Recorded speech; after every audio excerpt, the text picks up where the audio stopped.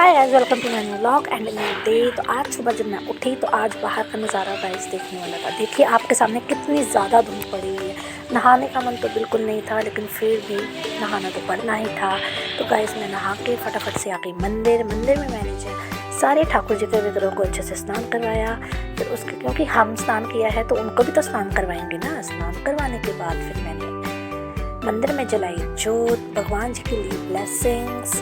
उसके बाद मैंने जोत जलाने के बाद मैं सीधा चली गई किचन में। तो देखिए मैंने किचन में सबसे पहले क्या किया। किचन में जाके मैंने सबसे पहले बनाया बेसन का चीला, नाश्ते की, ब्रेकफास्ट की, क्योंकि पूजा के बाद तो पेट पूजा भी तो बहुत ज़रूरी है ना। बेसन के चीले की मैंने तैयारी की। बेसिक्स मसाले से देखिए मैंने उसको ऐड ऑन कर दिए, नमक, मिर्ची, गरम मसाला। तो ये सब आपको भी पता है, मेरे को इतना बताने की ज़रूरत है नहीं। उसके बाद मैंने सोचा कि अगर किसी ने बेसन का चीला ना खाया तो ऑप्शनल के लिए मैंने मूली का पराठा भी रख लिया। मैंने मूली को अच्छे से छीला और फिर उसके बाद उसको कद्दूकस किया। साथ ही साथ फिर मैंने लगाया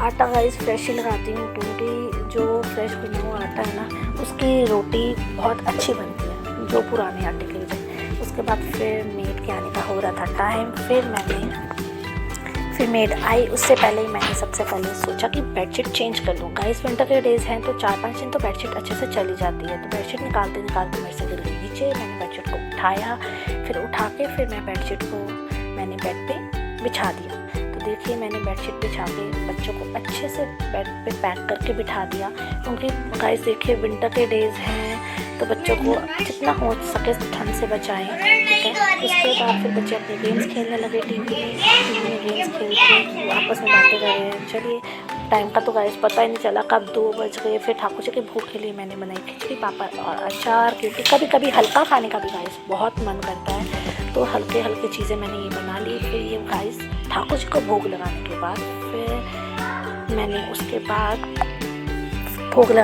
फिर मैं गाइस सो गई। टाइम का पता ही नहीं चला कब बज गए 5। तो 5 बजे फिर मैंने सबसे पहले ठाकुर जी को लगाई चाय और चने का भोग। उनको भोग लगाने के बाद मैं सीधा आ गई किचन में, क्योंकि बच्चों के हो रहा था उठने का टाइम। उनके लिए मैंने बनाए पापड़ और पोहा। पापड़ बनाए गाइस मैंने अपने लिए, क्योंकि मेरे को पापड़ खाने का दिल कर रहा था, और पोहा बनाए मैंने बच्चों के लिए, क्योंकि वो उठेंगे तो कुछ मांगेंगे। तो उससे पहले ही मैंने उनके लिए तैयार कर दिया ताकि टाइम वेस्ट ना हो स्टडी के टाइम।